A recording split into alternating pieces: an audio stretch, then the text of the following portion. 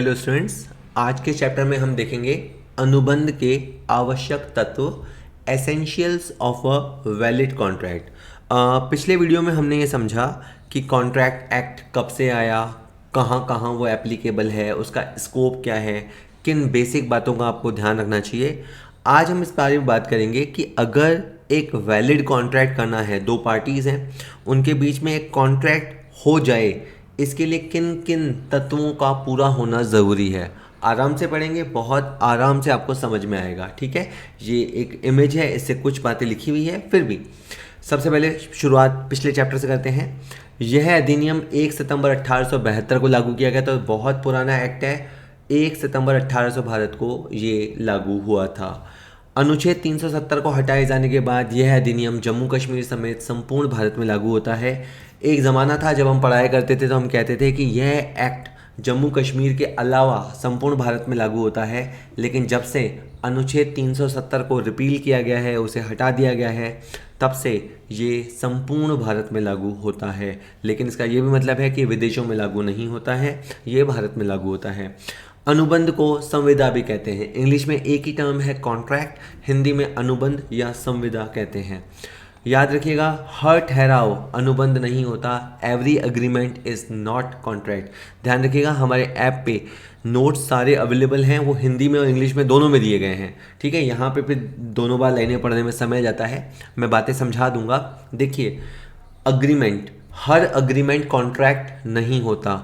हम अपनी social life में, सामाजिक जीवन में, घरेलू जीवन में, राजनीतिक जीवन में, धार्मिक जीवन में बहुत सारे ठहराव करते हैं। कल मंदिर चलेंगे, ये हमने किसी को कहा, आपस में ठहराव कर लिया कि कल मंदिर चलेंगे, लेकिन एक जना नहीं चल पाया, तो ऐसा नहीं है कि बाकी लोगों से कोई लीगल नोटिस दे देंगे या दे सकते हैं, क्योंकि उन्होंने जो ठहराव किया था वो एक धार्मिक ठहराव था।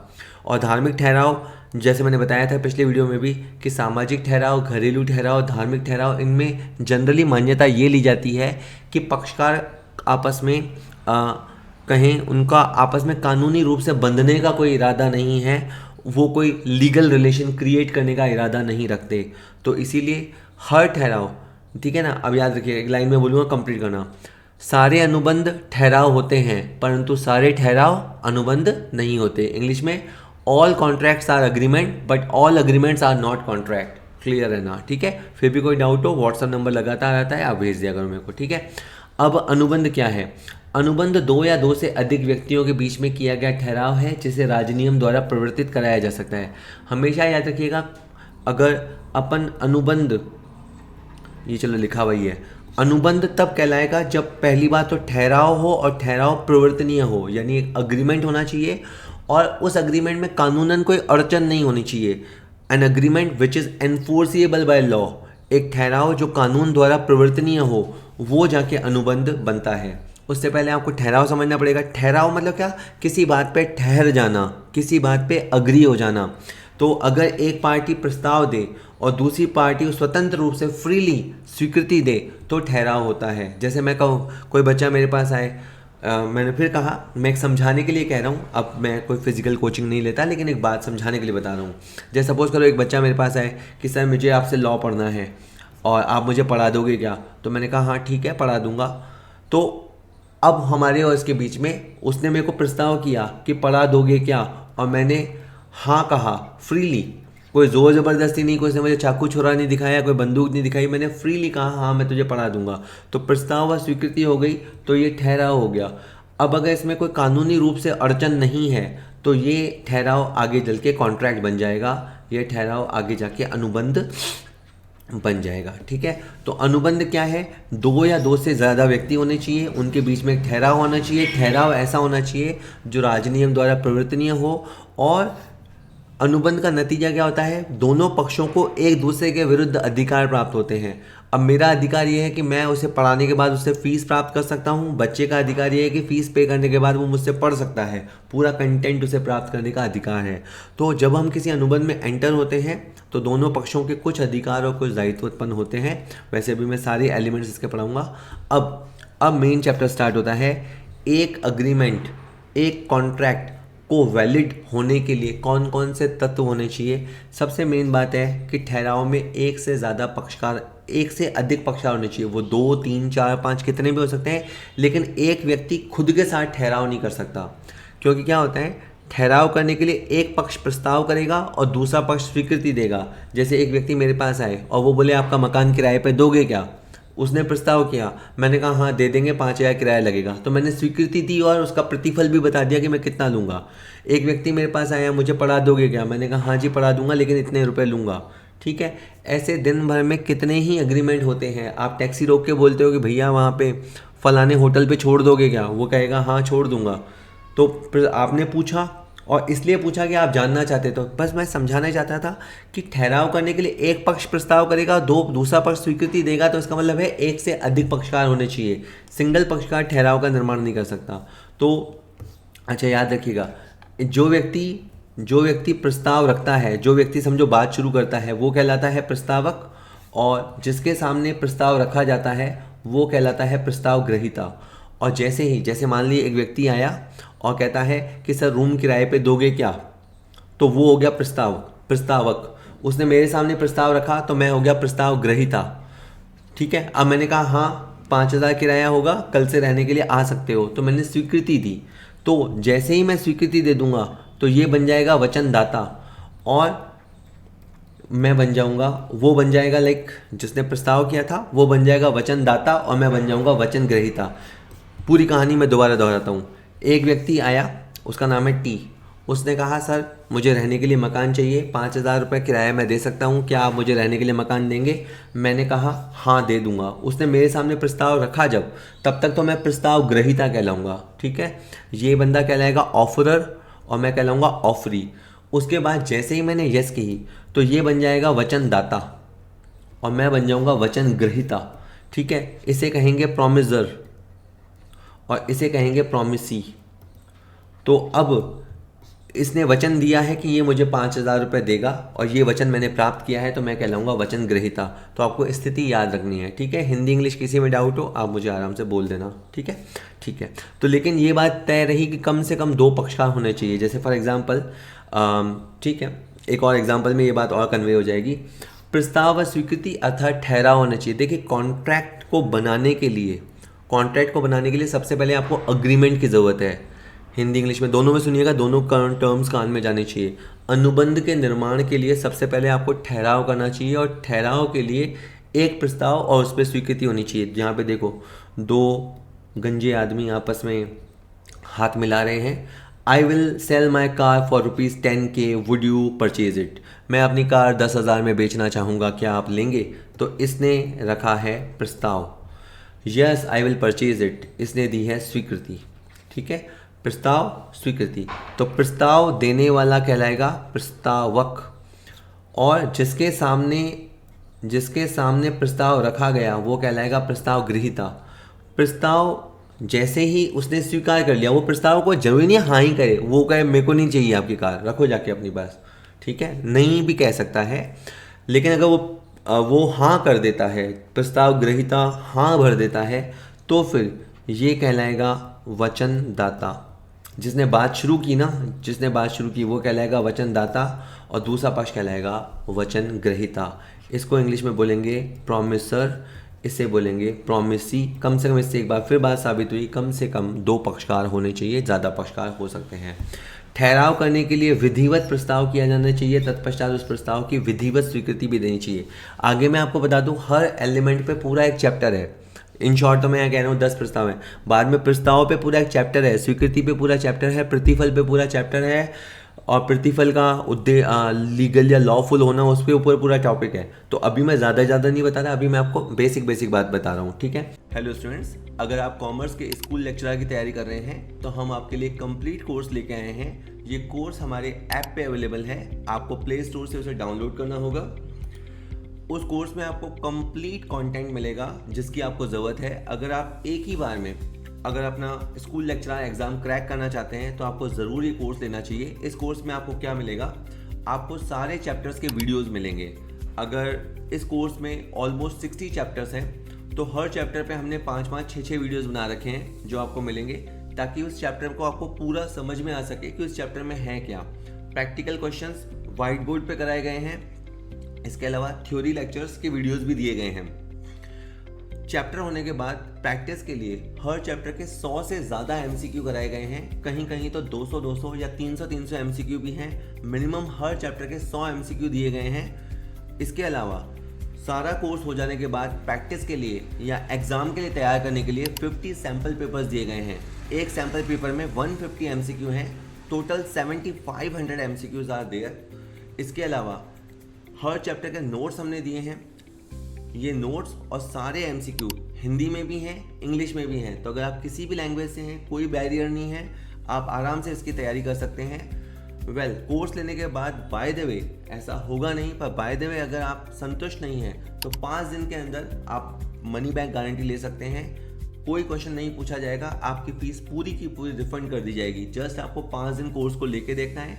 अगर आपको अच्छा नहीं लगता है तो पूरी फीस आपकी वापस कर दी जाएगी। इसके अलावा ये सारा कंटेंट रिकॉर्डेड फॉर्म में है। फिर भी अगर आपको किसी क्वेश्चन में डाउट आता है, अगर आपको कोई क्वेश्चन समझ में नहीं आता या आप कुछ पूछना चाहते हैं, तो आप लगातार व्हाट्सएप ग्रुप में हमसे संपर्क कर सकते हैं। आप जो डाउट भेजेंगे शाम तक होते होते उसका फुल सॉल्यूशन आपको प्रोवाइड करा दिया जाएगा।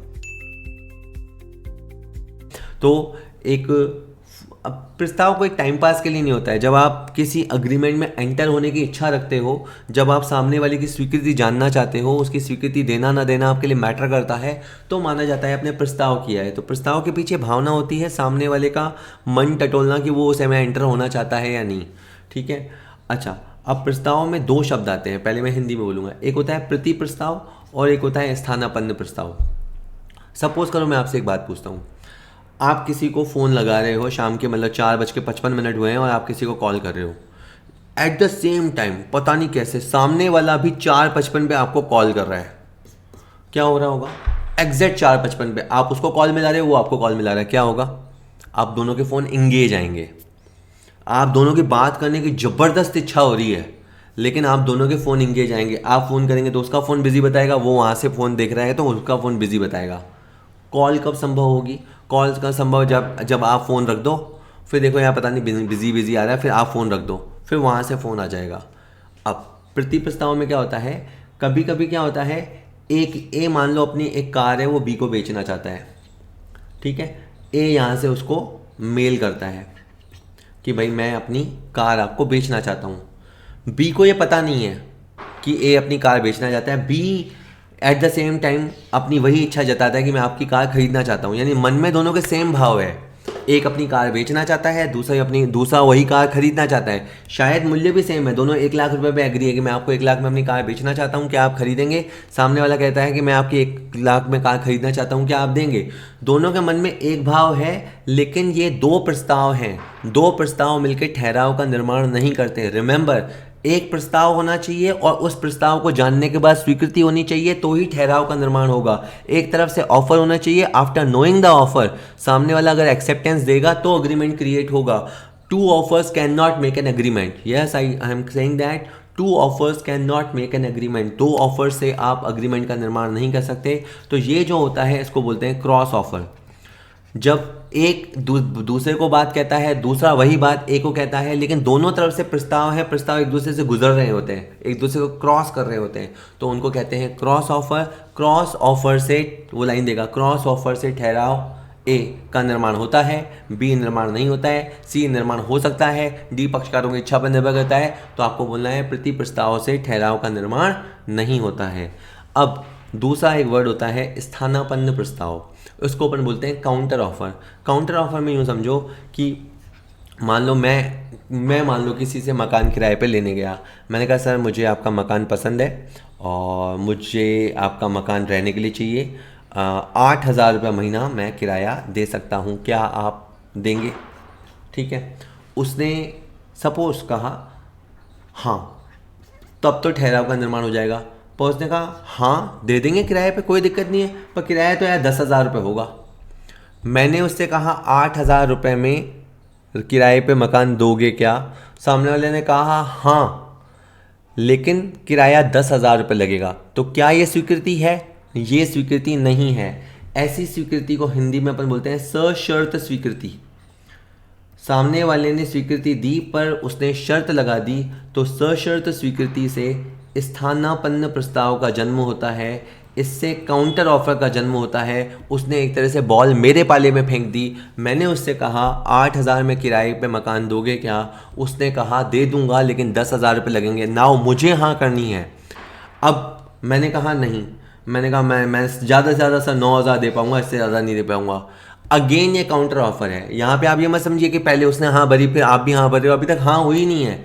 क्योंकि जब तक सौदा ठहर नहीं जाता, बताए हुए ऑफर पे ठहर नहीं जाता, तब तक वो स्वीकृति नहीं कहलाएगी। तो अब मैंने कहा 9,000 रुपये, तो अगेन ये मेरी तरफ से काउंटर ऑफर है। तो जब तक स्थानापन्न प्रस्ताव चल रहे हैं, जब तक सशर्त स्वीकृति चल रही है, तब तक ठहराव का निर्माण नहीं होता है। तो अग्रीमेंट का मतलब है जिस वैल्यू पे प्रस्ताव किया गया है उसी वैल्यू पे अनकंडीशनल हाँ दी जाती है तो वो स्वीकृति कहलाती है। प्रस्ताव और अनकंडीशनल स्वीकृति होती है तो ठहराव का निर्माण होता है। अगर कंडीशन लगा के स्वीकृति दी जाती है, दैट क्रिएट्स काउंटर ऑफर, उसको स्थानापन्न प्रस्ताव कहते हैं। जैसे आप देखिए, मैंने पहला नियम बताया है कि स्थानापन्न प्रस्ताव ठहराव का निर्माण नहीं करते। अकबर बीरबल को 50,000 में कार बेचने का प्रस्ताव करता है कि बीरबल 50,000 में कार लेगा क्या? कार पुरानी हो गई है मेरी, सेकेंड हैंड। बीरबल ने कहा सर हुजूर मालिक ले लूँगा लेकिन 40,000 मिलूँगा। तो उसने हाँ नहीं भरी है, उसने एक तरह से काउंटर ऑफर कहा है। अब यह स्वीकृति नहीं है बल्कि ये स्थानापन्न प्रस्ताव है, अतः ठहराव नहीं हुआ है। तो दूसरी हमने एलिमेंट पढ़ा कि दोनों पार्टीज़ के बीच में प्रस्ताव व स्वीकृति अर्थात ठहराव होना चाहिए। ठहराव बेसिकली बुनियाद है जिस पे कॉन्ट्रैक्ट बनता है। Agreement is a foundation on which building of contracts is created. ठीक है। तीसरा है वैधानिक संबंध स्थापित करने की इच्छा, doctrine of intention to create legal relation. देखिए आप समझेंगे, कभी आप थ्योरी पढ़ेंगे तो याद रखिएगा, ये जो आपका क्या बोलते हैं, जब आप कॉन्ट्रैक्ट करने जाते हैं तो वो हंसी मजाक का या टाइम पास का विषय नहीं होना चाहिए। टाइम पास करना है तो आप दूसरे मामलों में करो। दुकानदारी में खास करके जब बिजनेस लाइन होती है उसमें ऐसा नहीं होगा कि आप फ़ोन घुमा के किसी को बोलो हाँ जी सेठ जी 50 पीपे तेल के भेज दो, और वो वहाँ से माल भेजे तो आप बोले अरे मैं तो मजाक कर रहा था, 50 पीपे क्या करेगा कोई आदमी, मेरे को तो 5 चाहिए थे, मेरे मुँह से ऐसे 50 निकल गया। ये मुँह से निकलना कुछ नहीं होता है। अगर आप बिजनेस की लाइन में हो तो आप ये माना जाता है कि पक्षकार वैधानिक संबंध स्थापित करना चाहते हैं, पार्टीज लीगल रिलेशन क्रिएट करने चाहती हैं। और जब आप सोसाइटी में कहते हो, कोई आपके पास शादी का कार्ड आता है, आप कहते हो भाई साहब शादी में ज़रूर आएंगे, फिर नहीं जाते तो मत जाओ, उसमें कोई नुकसान नहीं होगा। क्योंकि सामाजिक ठहरावों में मान्यता ये होती है कि पक्षकार वैधानिक संबंध स्थापित नहीं करना चाहते। तो इसीलिए कॉन्ट्रैक्ट की दुनिया में कॉन्ट्रैक्ट के लिए एक वैलिड एलिमेंट ये है कि पार्टीज़ की आपस में एक दूसरे को बाउंड करने की इच्छा होनी चाहिए, वो लीगल रिलेशन क्रिएट करने की उनकी इच्छा होनी चाहिए। ठीक है। ऐसे ठहराव जिनका उद्देश्य या मंतव्य आपस में किसी प्रकार का वैधानिक संबंध स्थापित नहीं करना हो तो वो ठहराव वैध नहीं बन सकता। अब जैसे मैं एक एग्जांपल बताता हूँ, आप पूरी कहानी समझ जाएंगे। युवराज ने सचिन को घर पे आमंत्रित किया तथा सचिन ने भी आमंत्रण स्वीकार किया, पर बाद में सचिन दावत पर नहीं पहुंचा तो युवराज का खाना खराब हो जाने से जो नुकसान हुआ उसके लिए वह न्यायालय में ठहराव भंग करने का वाद प्रस्तुत नहीं कर सकता। सपोज़ कीजिए एक हमारे युवराज होते हैं और एक हमारे सचिन होते हैं। क्रिकेट मुझे बहुत पसंद है। तो भाई युवराज ने घर पे एक पार्टी रखी, सचिन पाजी को भी इनवाइट किया, भाई साहब आपको आना ही है, आप पार्टी की जान है शान है, आपको आना ही आना है। सचिन ने भी कहा बिल्कुल बिल्कुल जी, बच्चे बीवी बच्चों समेत आएंगे, हाँ भर दी। शायद युवराज ने लोगों का हिसाब लगाया होगा, 50 लोग आ रहे हैं और सचिन की फैमिली से 5 लोग आएंगे, तो उसने 55 लोगों का होटल ताजमहल में खाना बनवा लिया, होटल ताज में खाना बनवा दिया। ठीक है। बाद में सचिन को कोई काम आ गया, मान लो काम नहीं भी आया, किसी भी वजह से वो नहीं आया, तो क्या युवराज उसके ऊपर केस कर देगा, लीगल नोटिस फाइल करेगा? कुछ नहीं होगा, ऐसा कुछ नहीं करेगा। क्योंकि देखिए उनका पक्षकारों का आपस में कोई वैधानिक संबंध स्थापित करने का इरादा ही नहीं था। इसमें भी देखो ट्विस्ट क्या हो जाए, सपोज करो ऐसा हो जाए कि होटल ताज में न्योता दिया, सचिन इसके अपनी कार वार लेके समय पे पहुंच गया, पर किसी वजह से युवराज पार्टी कैंसिल कर चुका है, तो क्या आप सचिन उसके ऊपर केस कर सकता है? सचिन भी उसके ऊपर केस नहीं कर सकता, क्योंकि जिस ठहराव में वो एंटर हुए हैं, जिस बात पे वो अग्री हुए हैं, वो एक सामाजिक ठहराव है। सामाजिक ठहराव में पक्षकारों का कानूनी संबंध स्थापित करने का इरादा नहीं होता है।